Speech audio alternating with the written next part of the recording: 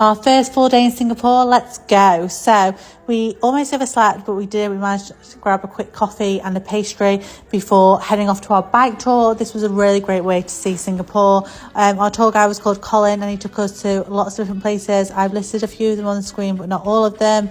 But yeah, it was super interesting. This is where James was getting stopped to have photos taken with him just because he had muscles, which was really, really funny. He also took us to a hawker market and we tried these two dishes. One was called carrot cake, but it was savoury. I was a massive fan. And this spring rolly type thing, which was a 10 out of 10. And that kind of juice is like a local drink that tastes a bit like Mountain Dew. And then we went to a curry place that was recommended. It was a 10 out of 10. I popped it in my Singapore food recommendations video and I had that. It's called a Kopi coffee and it's like made with beans which have been roasted with margarine and sugar. I wasn't a fan personally. Anyway, we then headed to the pool for a bit before going to gardens at the bay.